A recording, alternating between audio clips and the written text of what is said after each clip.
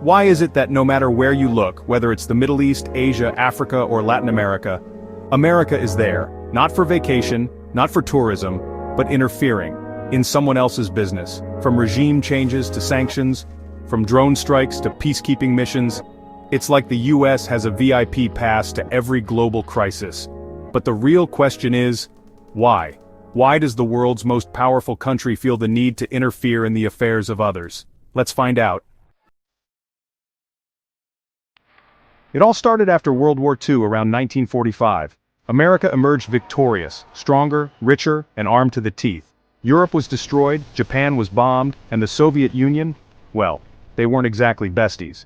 Enter the Cold War, a 45-year-long global chess match between the US and USSR. Not a direct fight, but a sneaky one: coups, propaganda, proxy wars. Think of it as Game of Thrones Nuclear Edition. Korea, 1950 to 1953. That was America versus communism. Vietnam, 1955 to 1975. Same game, different jungle. By the end of the Cold War in 1991, the Soviet Union collapsed. America? It was now the sole superpower, and like a superhero with no villain left, it started saving the world, even when no one asked for help. Let's not kid ourselves, intervention isn't free, so why spend billions interfering overseas? Oil, resources, trade. Example, Iran, 1953.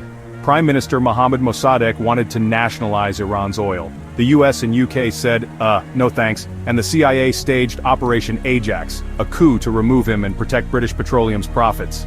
Iraq, 2003, weapons of mass destruction, still missing. But Iraqi oil? Oh, that flowed just fine. And don't forget Latin America. In Guatemala, 1954, the CIA removed a president who dared to touch a US banana company's land. Bananas, ladies and gentlemen. Bananas caused a coup. Where there's money, there's interference. Simple math. America loves its military. As of now, it has over 750 military bases in over 80 countries. That's not defense, that's global Wi-Fi coverage. And the budget? Over $800 billion a year. That's more than the next 10 countries combined. Why so much? Because war is business. Companies like Lockheed Martin, Raytheon, and Boeing thrive on global conflict. Every bomb dropped is a dollar made. Every new war is a boost for the economy, just not yours. And politicians? They cash in with campaign funds and media coverage. War sells.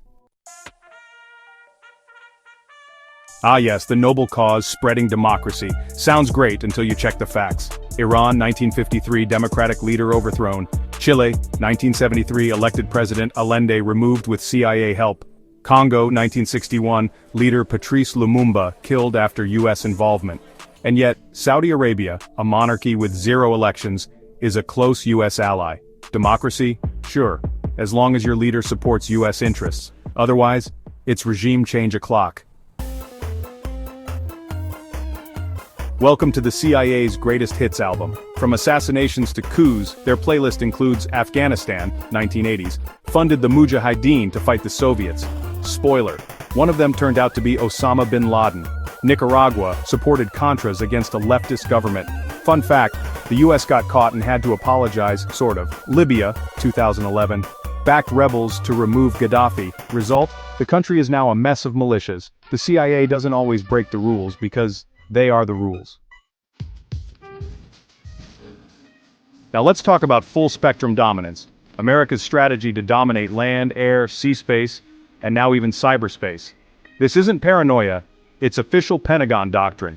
The US forms alliances like NATO, places bases near Russia and China, and supports governments that cooperate. Ukraine, supported to counter Russia. Taiwan, supported to pressure China. It's not always about protecting anyone, it's about making sure no one else becomes powerful enough to challenge the US global chess. America's always white. Your move. Sometimes America doesn't drop bombs, it drops culture. Hollywood, Netflix, fast food, Instagram, all tools of soft power, and they work. But when that fails, sanctions, Iran, North Korea, Venezuela, Russia, hit their economy, freeze their assets. It's like war. Without the explosions, these sanctions often hurt civilians the most, but hey, no body bags on CNN. So, why does America interfere? Is it really about democracy, or security, or maybe, just maybe, It's about power. America has built a system that rewards interference. Wars are profitable, alliances are strategic. And the world? It's a giant board game, with Washington holding most of the pieces.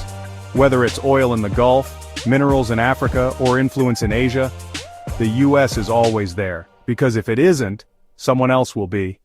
And for America, that's unacceptable. If this opened your eyes, don't forget to like, share, and subscribe. History is complicated, power even more so. Let's keep understanding the world, one truth at a time.